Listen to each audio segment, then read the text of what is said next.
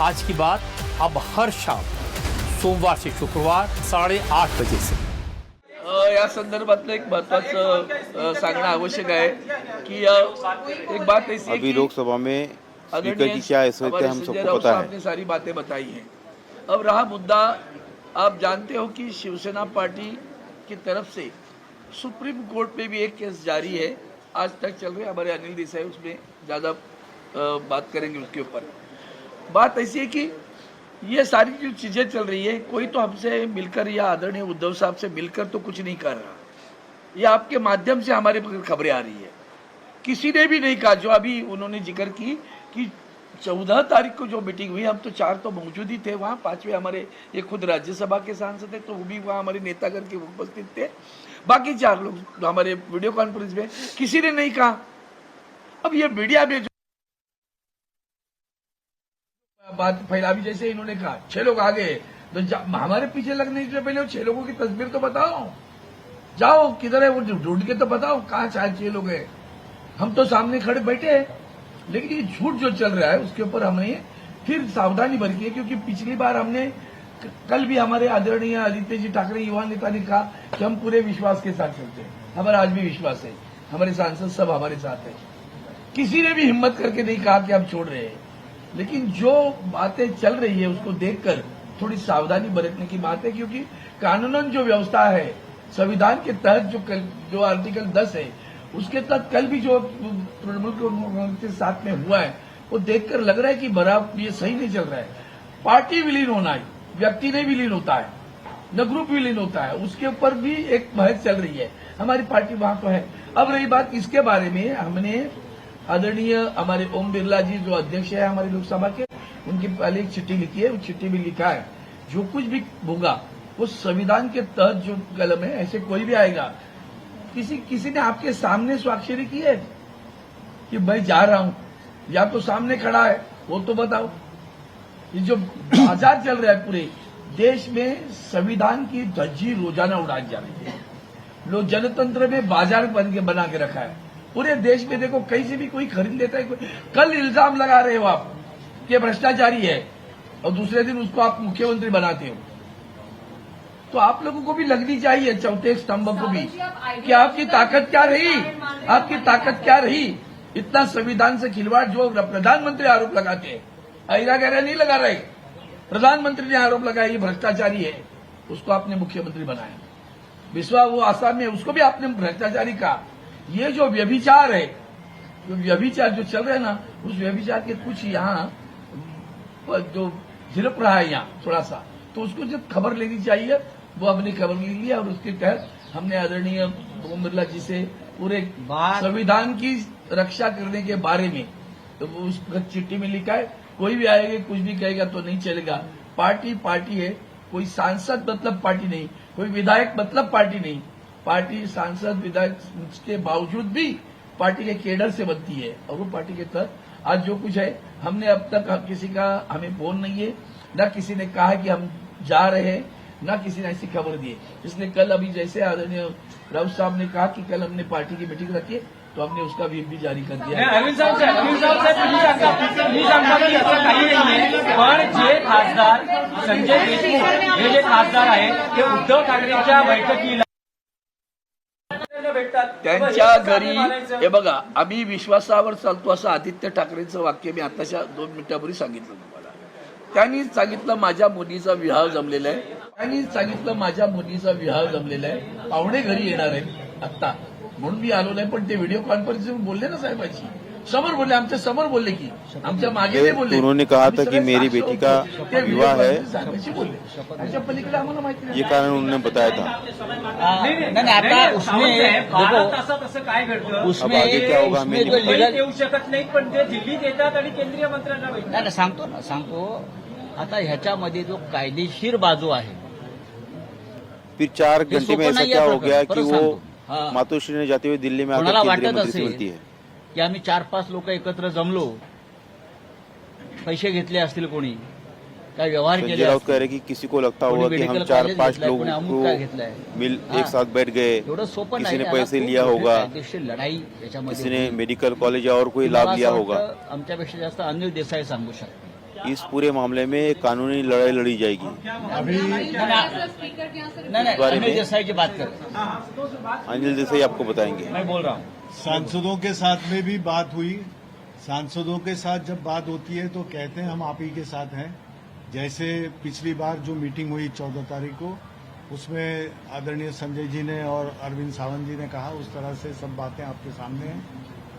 सांसद किस तरह से मूव कर रहे हैं या उनको कौन मूव कर रहा है, और ओम बिरला जी जो लोकसभा के अध्यक्ष हैं उनके पास में उस तरह का उनका गुट के साथ जाना या जो भी प्रक्रिया होती है वो प्रक्रिया इस तरह से ना हो, उस प्रक्रिया को कोई चालना ना मिले, इसलिए जो एक प्रावधान है उस प्रावधान के तहत लोकसभा अध्यक्ष को अरविंद जी के लोकसभा लीडर रहने के तहत शिवसेना उद्धव बाला साहेब ठाकरे पार्टी के तरफ से हमने एक ज्ञापन उनको दिया है। We have given them the memorandum, और उसी के तरह शिवसेना उद्धव बाला साहेब ठाकरे पार्टी की संसदीय दल की बैठक कल 18 तारीख को संसदीय भवन में, जहां पे हमारा पार्टी का संसदीय दल का जो कार्यालय है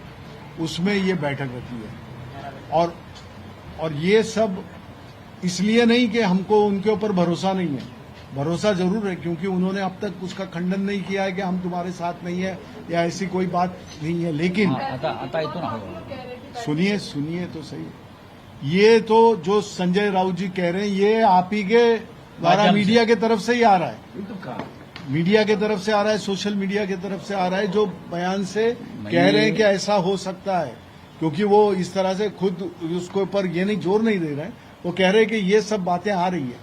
तो ये करने का जो प्रावधान है, जो कायदे कानून से हमको करना है, लीगल स्टेप्स जिसको कहते हैं, एक कैविएट की तरह एक सावधानी बरतने के लिए कि भाई हमारे सांसद हमारे साथी में है, ये आज तक का हमारा अपना भी विश्वास है, साहब उद्धव जी का भी विश्वास है और यहाँ बैठे सभी का है। देखो, हमने किसी भी पार्टी का नाम नहीं लिया है और किसी सांसद का नाम नहीं लिया है। ये जो एक पूरे देश में जिस तरह से चुने हुए लोगों को खरीदना और तोड़ने का जो एक प्रोसेस चल रहा है, ये लोकतंत्र के खिलाफ है, डेमोक्रेसी और संविधान के खिलाफ है।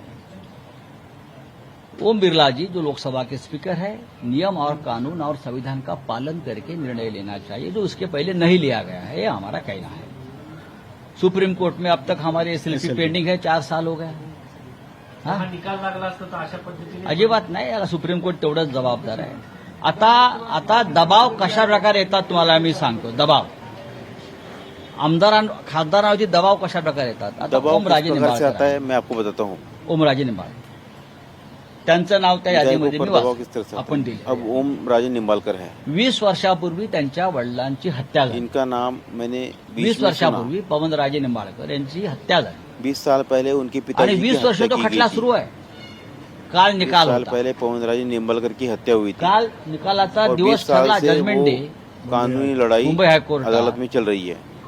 आता आमच्यापर्यंत अशी माहिती कल आहे इस पर जजमेंट डे की तय हुआ था। पवनराजे निंबाळकरांवरती दबाव असा आहे, अब हमें हमारे पास जो ओमराजेवरती, जानकारी मिल रही है कि तुमच्या बाजूने निकाल हवा असेल तर आमच्या ओमराजे के गटामध्ये ऊपर सांगा। दबाव इस प्रकार है कि आम्ही तुम्हाला हवा तसा निकाल कि देऊ। अगर आपके काय पिताजी के ऐकून खून घ्या के परत। मामले में एका आपके खुनाचा पाली में निकाल अगर आहे। फैसला डालना दोन है तो खून आप आहेत। हमारे साथ आ जाइए। पवनराजे आणि त्यांचा ड्रायव्हर, हा देखिए मुस्लिम ड्रायव्हर का आहे। मामला है, 20 साल बाद 2 खून हुए थे, फैसले पवन की राजे घड़ी और कल आ उनके गई, ड्राइवर। 20 साल बाद, और पवन राजे 20 को साल बताया बाद। गया, अगर ओम ओम राजे घड़ी को कल बताया आई। गया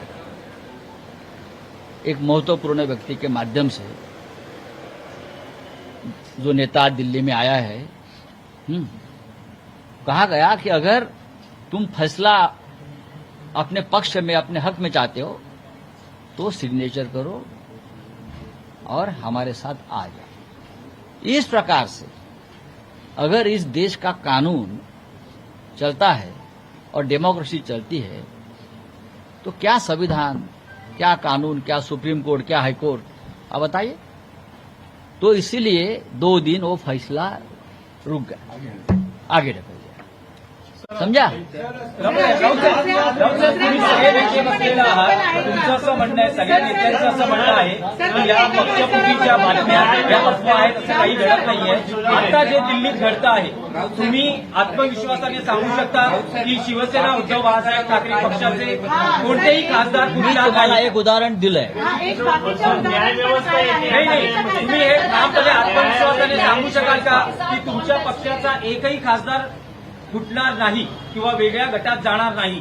राऊतजी क्या तुम्ही असं म्हटलंय की राऊत साहेब प्रकरणामध्ये वो फूटा नहीं, फूटेगा नहीं और किसी अलग दल में नहीं जाएगा। अब्यूज भी कर रहे हैं तो या कुछ भी बोल रहे हैं तो आप नाम नहीं बता रहे उस पार्टी का, उस पर्सन का जिसके साथ संजय राउत ने कहा कि मैंने आपको एक उदाहरण दे दिया है ओम राजेंद्र निंबाळकर। आप खबर दे रहे, खबर है, सब कुछ तुम्हारे पास है। राऊत साहेब एक प्रश्न आहे. राऊत साहेब आप बताओ भैया, या क्षणाला जे दिल्लीमध्ये घडतं आहे, उनके वक्तव्य राऊत बताओ. साहेब.